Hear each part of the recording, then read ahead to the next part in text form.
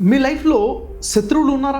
మీ శత్రువులు మిమ్మల్ని సక్సెస్ అవ్వకుండా ఆపుతున్నారు అని మీ భావన? సార్, నా లైఫ్లో శత్రువులు ఉన్నారు సార్, నా సక్సెస్ని కోరుకోవడం లేదు, నేను ముందుకెళ్ళాలంటే వెనక్కి లాగేస్తున్నారు, ఈరోజు నేను సక్సెస్ అవ్వకుండా ఉండడానికి కారణం నా శత్రువులే, ఇంత వెనకబడిపోవడానికి కారణం నా శత్రువులే, ఇక భవిష్యత్తులో కూడా ముందుకెళ్తానో లేదో భయంగా ఉంది, నా శత్రువులు నా వెంట పడిపోయి ఉన్నారు అన్న ఆలోచనలో మీరు ఉన్నారా? ఉంటే ఈ వీడియో మీకోసం చాలా డీటెయిల్గా చూడండి. ఇంతవరకు ఛానల్ని సబ్స్క్రైబ్ చేయకుంటే తప్పకుండా సబ్స్క్రైబ్ చేయండి, వీడియోస్ మీ ఫ్రెండ్స్కి షేర్ చేయండి. ఖచ్చితంగా వాళ్ళ లైఫ్లో వాల్యూ యాడ్ చేసిన వాళ్ళు అవుతారు. మీరు మీ లైఫ్లో శత్రువులు ఉన్నారు అని అనుకుంటే క్వశ్చన్ ఏంటంటే, ఇంతకీ మీ శత్రువు ఎవరు? ఫస్ట్ శత్రువులు ఉన్నారా లేదా అన్నది క్వశ్చన్. లేరు అని మీరు అనుకుంటున్నా, కానీ నా లైఫ్లో శత్రువులు ఎవరు లేరండి అని మీరు అనుకుంటున్నా, మీ లైఫ్కి శత్రువులు ఉన్నారు అని మీరు అనుకుంటున్నా, కానీ ఉన్నారు అంటే ఎవరు శత్రువులు ఉన్నారు, లేరు అంటే నిజంగా ఎవరు లేరా అన్నది క్వశ్చన్. నిజంగా మిమ్మల్ని ఎదగకుండా ఆపుతుంది ఎవరు? మీ సక్సెస్ని మీరు రీచ్ అవ్వకుండా మిమ్మల్ని వెనక్కి లాగుతుంది ఎవరు? ఒక్కసారి డీటెయిల్గా పరిశీలిద్దాం. ఖచ్చితంగా ఈ వీడియో మీ లైఫ్లో చాలా గొప్ప వాల్యూ యాడ్ చేస్తుందని నేను నమ్ముతున్నాను. నేను ఇక్కడ ఇద్దరు శత్రువుల గురించి చెప్తాను.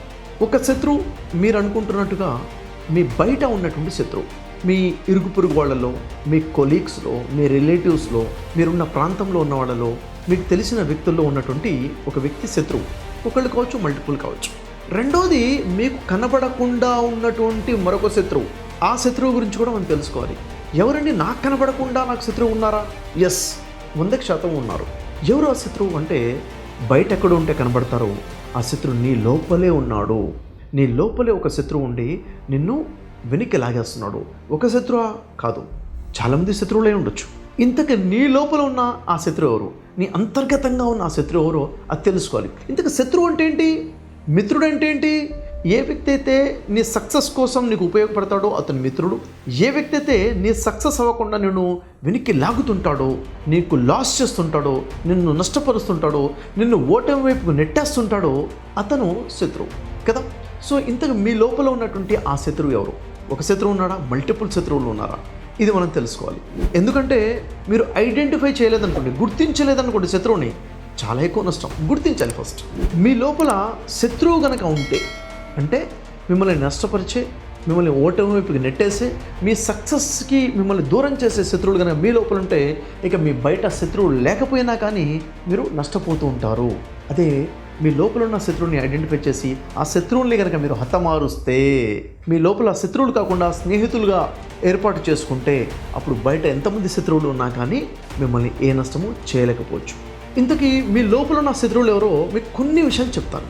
మొదటి శత్రువు ఏంటి మన లోపల అంటే, ఒకటి, ఏదైతే మీరు సాధించాలనుకుంటున్నారో, ఏదైతే ముందుకు వెళ్ళాలనుకుంటున్నారో, ఏదైతే సక్సెస్ సాధించాలని మీరు అనుకుంటున్నారో, అది నేను చేయలేనేమో, నేను తగిన వాడిని కాదేమో, ఆ క్యాపబిలిటీ నాలో లేదేమో, నేను సక్సెస్ అవ్వలేనేమో అన్న ఒక భావన, అన్న ఒక మైండ్ సెట్, ఆలోచన విధానం.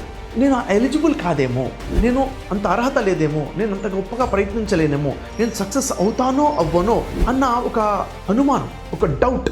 ఇంకా చెప్పాలంటే ఓడిపోతానేమో అన్న భయం, ద ఫియర్ ఆఫ్ ఫెయిల్యూర్. ఓడిపోతానేమో అన్న భయం, నేను చేయలేనేమో అన్న భయం, ఆ కెపబిలిటీ ఉందో లేదో అన్న భయం. ఈ ఆలోచన విధానం ఎవరిలో అయితే ఉంటుందో ఆ వ్యక్తి బలమైన ప్రయత్నం చేయలేడు. ఎప్పుడైతే మీరు బలమైన ప్రయత్నం చేయరో, అనుకున్న లక్ష్యాన్ని చేరటం అనేది అసాధ్యం, సాధ్యం కాదు. ఎందుకంటే ప్రయత్నం చేస్తేనే ఫలితం అనేది ఉంటుంది.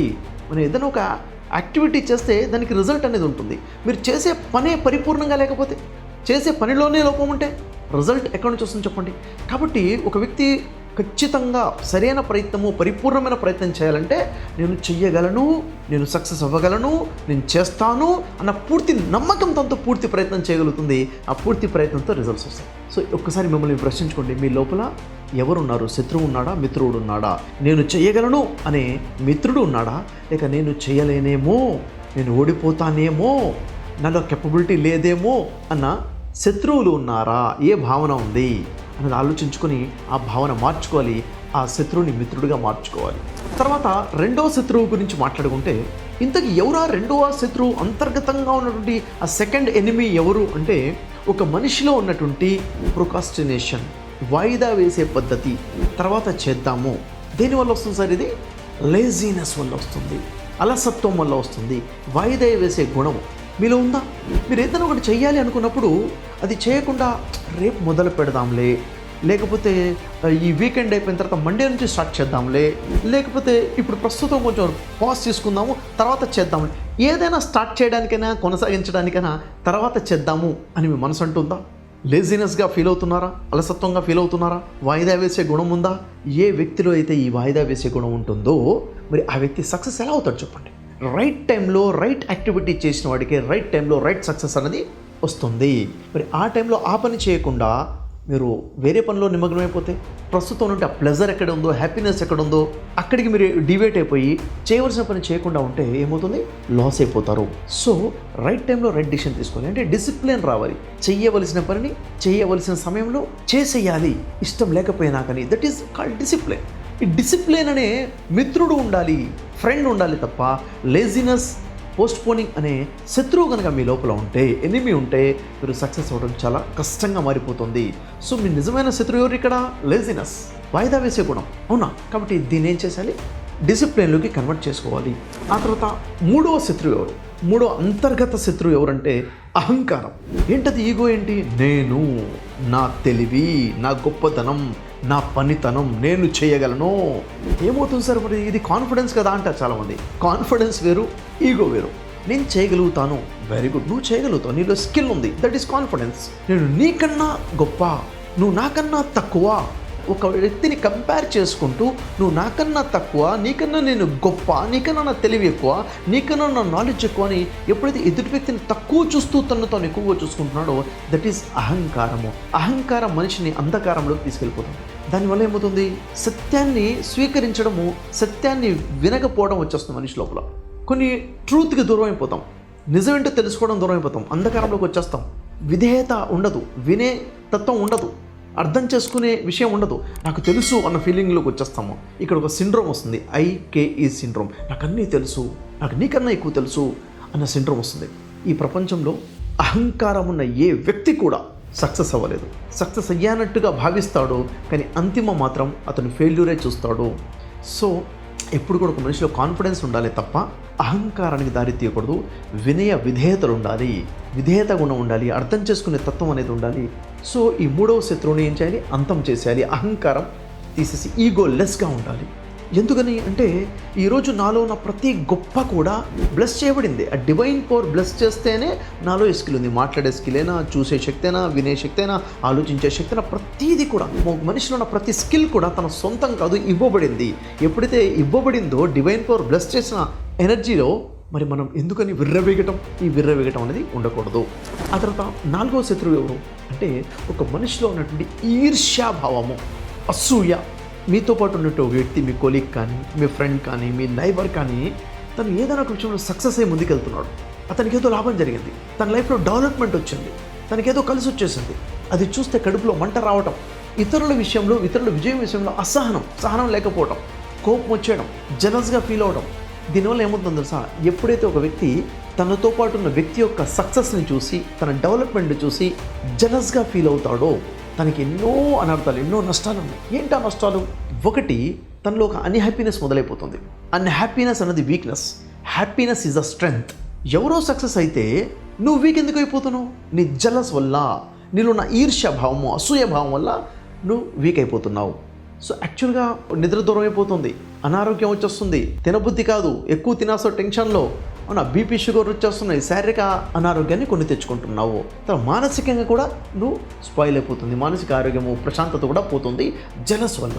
సో ఇక్కడ ఏమవుతుందంటే జెలస్ వల్ల ఏమవుతుంది?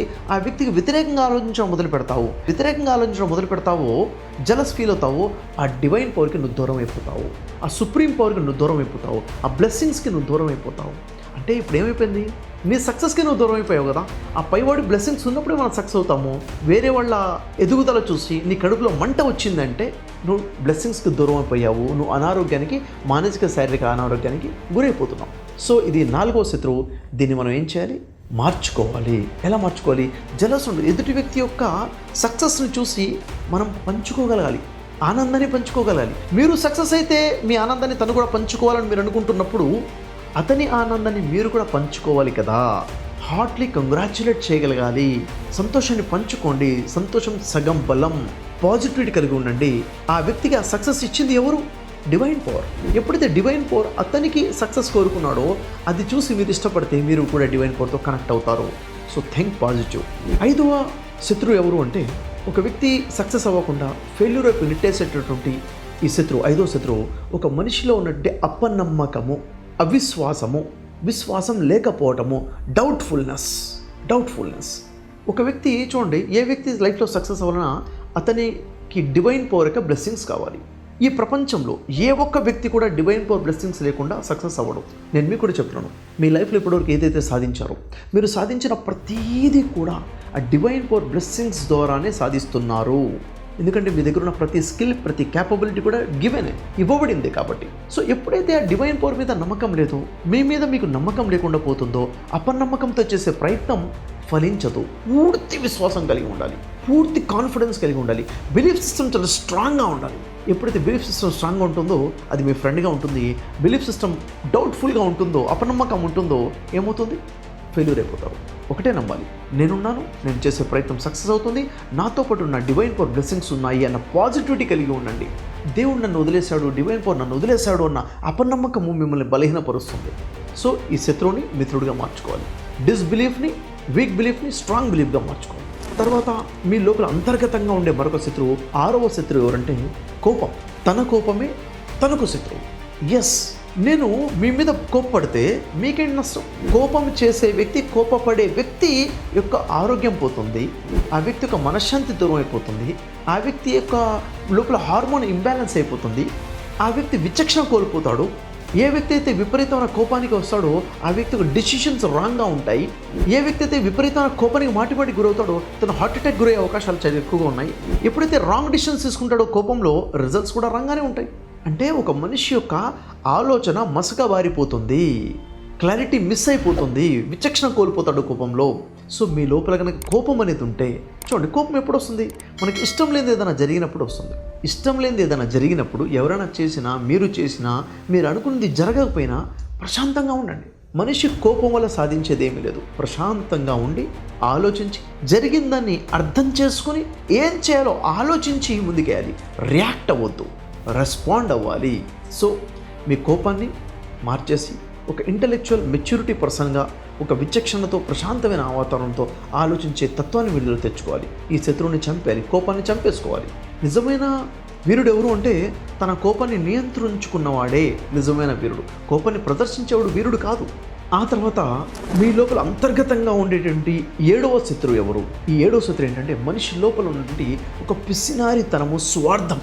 నేను బాగుండాలి, నేను మాత్రమే బాగుండాలి, ఎవరు ఏమి అయిపోయినా కానీ పర్లేదు, కానీ నేను బాగుండాలని ఎదుటి వ్యక్తి నష్టాన్ని కూడా లెక్క చేయకుండా అడుగులు ముందుకు వేయడము, కేవలం తన సులాభాన్ని మాత్రమే చూసుకుంటూ ఉండడము, ఇంకా పిసినారితనాన్ని కలిగి ఉండడం, ఎవరికి ఏ లాభాన్ని చేకూర్చకుండా, ఎవరికి ఏ సహాయం పడకుండా, ఎవరికి కూడా ఎక్కడ కూడా కాంట్రిబ్యూట్ చేయకుండా, సహాయ సహకారాలు ఇవ్వకుండా, షేరింగ్ అండ్ కేరింగ్ లేకుండా మనిషి జీవితం గడపడం, ఇది చాలా పెద్ద నెగిటివిటీ, చాలా పెద్ద శత్రువు. ఇలాంటి భావన కనుక మీ లోపల ఉంటే వెంటనే తక్షణమే వదిలేయాలి. మరి ఏముండాలి సార్? గివింగ్ నేచర్ ఉండాలి, కేరింగ్ నేచర్ ఉండాలి, బ్లెస్సింగ్ నేచర్ ఉండాలి. ఎందుకంటే నేను నేను నేను నేను అనుకునేవాడు డివైన్ పవర్కి ఎప్పుడూ దగ్గర కాలేడు. డివైన్ పవర్కి దగ్గర అవ్వాలంటే సమిష్టి ప్రయోజనాల కోసం ఆలోచించగలగాలి. నాతో పాటు నా సమాజము అని ఆలోచించగలగాలి. ఇతరుల కోసం మంచి ఆలోచించేవాడే డివైన్ పవర్కి దగ్గరగా ఉన్నవాడు అవుతాడు. సో ఇక్కడ నేను బాగుండాలి, నేను మాత్రమే బాగుండాలి కాదు, అందరూ బాగుండాలి, అందులో నేను ఉండాలి అన్న భావన. మరి అందరూ బాగుండడానికి నా కాంట్రిబ్యూషన్ కూడా కావాలి. మీ కళ్ళ ముందు ఎవరైనా ఇబ్బందుల్లో ఉన్నారు అంటే, కష్టాల్లో ఉన్నారు అంటే ఖచ్చితంగా వారికి మీరు ఎలా కేర్ చేయగలుగుతారు, ఎలా తోడ్పడగలుగుతారు, మాట సహాయం చేయగలుగుతారా, చేత సహాయం చేయగలుగుతారా, వాళ్ళు నిలబెట్టడం కోసం మీరు ఏం చేయగలుగుతారు, ఫైనాన్షియల్ హెల్ప్ చేయగలుగుతారా, చిన్నదో పెద్దదో ఏ విధంగా తోడ్పడగలుగుతారు.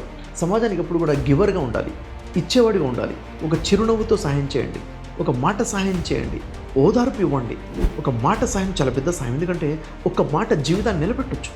సో ఎప్పుడు కూడా మీ చుట్టుపక్కల ఉన్న వాళ్ళకి మీరు ఒక వెలుగుగా ఉండండి, మీ చుట్టుపక్కల ఉన్న వాళ్ళకి మీరు ఒక ధైర్యంగా ఉండండి, గివర్గా ఉండండి. ఎప్పుడైతే ఈ క్వాలిటీ మీలో వస్తుందో అప్పుడు డివైన్ పవర్ యొక్క బ్లెస్సింగ్స్ మీ మీద అద్భుతంగా ఉంటాయి. సక్సెస్ మీ ఒడిలోకి వచ్చి కూర్చుంటుంది. సక్సెస్ అనేది మీ దగ్గరికి వచ్చేస్తుంది. మీరు సక్సెస్ని అట్రాక్ట్ చేస్తారు ఎప్పుడైతే మీరు ఇతరుల యొక్క మంచి మీరు కోరుకుంటారో. సో ఈ 7 శత్రువులని మిత్రులుగా ఎప్పుడైతే మార్చుకుంటారో అప్పుడు సక్సెస్ అవుతాము. నిజమైన శత్రువు ఎవడు? మీ లోపలే ఉన్నాడు. మీ బయట ఎంతమంది శత్రువులు ఉన్నా కానీ మీ లోపల శత్రువు లేకుండా మిత్రుడు కనుక ఉంటే, మీ ఆత్మధైర్యం సరిగ్గా ఉంటే, సెల్ఫ్ కాన్ఫిడెన్స్, సెల్ఫ్ రెస్పెక్ట్ అనేది మీ దగ్గర ఉంటే, మిమ్మల్ని మీరు నమ్మి డివైన్ పోర్తో కనెక్టివిటీలో కలిగి ఉంటే, స్ట్రాంగ్గా మీ పనులు కనుక ఉంటే, ఖచ్చితంగా మీ పాజిటివిటీ మిమ్మల్ని సక్సెస్ వైపు తీసుకెళ్తుంది. ఎవ్వరు కూడా మిమ్మల్ని నష్టపరచలేరు. మీ బయట ఉన్నటువంటి శత్రువులు మీకు నష్టం చేస్తే పాక్షికమైన నష్టం చేస్తారేమో, అంటే ఏదో కొంచెం నష్టం చేస్తారేమో. అదే మీ లోపలే కనుక శత్రువు ఉంటే కంప్లీట్గా లైఫ్ స్పాయిల్ అయిపోతుంది. మనిషి దిగజారిపోతాడు. కంప్లీట్గా మనిషి బ్రతికున్న చనిపోయిన వాడితో సమానమైపోతాడు. ఆ వ్యక్తి ఎప్పుడు కూడాను సక్సెస్ చూడలేడు. లోపల శత్రువులు ఉన్నవాడు. ఇప్పుడు ఏం చేయాలి? వెంటనే మన లోపల ఉన్న శత్రువుల గురించి మనం ఐడెంటిఫై చేయాలి, రియలైజ్ అవ్వాలి, వెంటనే వాటిని మార్చేసుకోవాలి, ట్రాన్స్ఫార్మ్ అవ్వాలి, మిత్రులుగా మార్చుకోవాలి. సో ఇక్కడ నేను కోరుకుంటుంది ఏంటంటే, ఎప్పుడైతే మీ గురించి మీ అనాలిసిస్ చేశారో, మీ శత్రువు అని మీరు ఏమనుకుంటున్నారు, మీలో ఉన్న బలహీనత ఏంటి, మీలో ఉన్న శత్రువు ఏంటో కింద కామెంట్ రూపంలో తెలియచండి. మీరు ఏ మిత్రుడిని పెంచుకోబోతున్నారు, ఏ శత్రువుని మిత్రుడిగా మార్చుకోబోతున్నారు, ఏ క్వాలిటీస్ డెవలప్ చేసుకోబోతున్నారు, ఏ క్వాలిటీస్ రద్దు చేసుకోబోతున్నారు అన్నది కామెంట్లో తెలియచండి. నేను చదువుతాను. ఇక్కడ మీ అందరి గుడ్ న్యూస్ ఏంటి? అసలు ఇంతకీ మనలో ఉన్నటువంటి నెగిటివ్ ఎమోషన్స్ని, నెగిటివ్ ఫీలింగ్స్ని, ఎనిమీస్ని ఎలా కిల్ చేయాలి, ఎలా వాటిని మిత్రుడిగా మార్చుకోవాలంటే అది కేవలం డివైన్ మైండ్ సెట్ ద్వారా సాధ్యమవుతుంది. డివైన్ లాని తెలుసుకుని దాన్ని ఫాలో అవటం ద్వారానే సాధ్యమవుతుంది. ఏంటది డివైన్ లా? ఏ విధంగా మానవుడు జీవితం గడపాలని డివైన్ పవర్ చెప్పాడు, ఏ లా అయితే, ఏ రూల్స్ అండ్ రెగ్యులేషన్స్ అయితే మానవుడి కోసం డివైన్ పవర్ నిర్ణయించాడో, దట్ ఈస్ డివైన్ లా. ఆ డివైన్ లైన్ తగ్గట్టుగా మన మైండ్ సెట్ని తయారు చేసుకుంటాము. అప్పుడు ఎక్కడ కూడా ఫెయిల్యూర్ లేకుండా 100% ప్రతి రంగంలో సక్సెస్ అవ్వగలుగుతాము. మరి అది ఎలా సాధ్యమవుతుందంటే, అందుకే మన ధర్మ గ్రంథాలు ఏవైతే ఉన్నాయో, భగవద్గీత, బైబిల్, ఖురాన్, వేద శాస్త్రాలు ఏవైతే స్పష్టంగా డివైన్ లా చెప్తున్నాయో వాటిని మనం అర్థం చేసుకుని దానికి తగ్గట్టుగా మన ఆలోచన విధానం మార్చుకోవాలి. ఈ గ్రంథాలు భాషలు వేరైనా వాటిలో చెప్పబడుతున్న సందేశం ఒకటే, డివైన్ లా ఒకటే ఉంది. సో వాటికి సంబంధించి డివైన్ మైండ్ సెట్ ప్రజలకు తెలియజేసేవారు. ప్రత్యేకంగా స్టూడెంట్స్ కోసము మరియు పెద్దవాళ్ళ కోసము విడివిడిగా కోర్సెస్ ఉన్నాయి. ఇక్కడ 2 గుడ్ న్యూస్ ఉన్నాయి మీకోసం. ఒకటి స్టూడెంట్స్ కోసం, 7th క్లాస్ చదువుతున్న విద్యార్థి నుంచి డిగ్రీ చదివేటువంటి విద్యార్థి వరకు ప్రతి ఒక్కరు కూడా మైండ్ సూత్ర అని చెప్పేసి ఒక అద్భుతమైనటువంటి కోర్స్ ఉంది. 3 months course. Every Sunday 7 PM to 9 PM ఉంటుంది. 3 months అంటే 12 weeks ఉంటుంది. దీంట్లో ఒక మనిషి ఆలోచన విధానం ఎలా ఉండాలి, కంప్లీట్గా సబ్కాన్షియస్ మైండ్ యొక్క ట్రైనింగ్ ఉంటుంది. సబ్కాన్షియస్ మైండింగ్ ఒక ప్రోగ్రామింగ్ అవుతుంది. డివైన్ లా గురించి తెలుసుకొని ఒక పరిపూర్ణమైన ఒక వ్యక్తిలాగా, ఒక విద్యార్థిగా ఎలా మారాలో, సక్సెస్ కోసం అంటే ఎలాంటి విద్యార్థి కావాలని పేరెంట్స్ కలలుగంటున్నారో అలాంటి విద్యార్థి పరిపూర్ణమైన పర్సనాలిటీ డెవలప్ అయ్యే విధంగా ఈ కోర్స్ ఉంది స్టూడెంట్స్ కోసం. డీటెయిల్స్ కోసం కాల్ చేయండి, తెలుసుకోండి. ఇక ఆ తర్వాత స్టూడెంట్స్ కాకుండా పెద్దవారు ఎవరైతున్నారో, మీరు ఎంప్లాయీస్ అయినా, బిజినెస్ పీపుల్ అయినా, హౌస్ వైఫ్స్ అయినా కానీ, లేకపోతే మీరు ఏ ప్రొఫెషన్లో ఉన్నా కానీ, మీరు అప్పుల్లో ఉండి అప్పుల నుంచి బయటపడాలనుకుంటున్నా, జబ్బుల్లో ఉండి జబ్బులు దూరం చేసుకోవాలనుకుంటున్నా, అశాంతిలో ఉండి శాంతిని పొందాలనుకుంటున్నా, రిలేషన్స్ బ్రేక్ అయిపోతున్నాయి సరి చేసుకోవాలి అనుకుంటున్నా, మీ లైఫ్లో ఏ ప్రాబ్లమ్ని దూరం చేసుకోవాలనుకున్నా, ఏ బ్లెస్సింగ్ని మీరు పొంది సక్సెస్ అవ్వాలనుకుంటున్నా కానీ, మీకోసమే డివైన్ మైండ్ సెట్ మెరాకిల్స్ అని చెప్పి special program 10 days online classes మీకోసం అందుబాటులో ఉన్నాయి ధర్మ గ్రంథాల వెలుగులో. సో ఇంతకు మించినటువంటి సొల్యూషన్ లేదు మన కోసం. మీ అందరికీ ఆహ్వానిస్తున్నాను. డీటెయిల్స్ తెలుసుకోండి, డివైన్ మైండ్ సెట్ని కలిగి లైఫ్లో సక్సెస్ అవ్వండి. Thank you very much.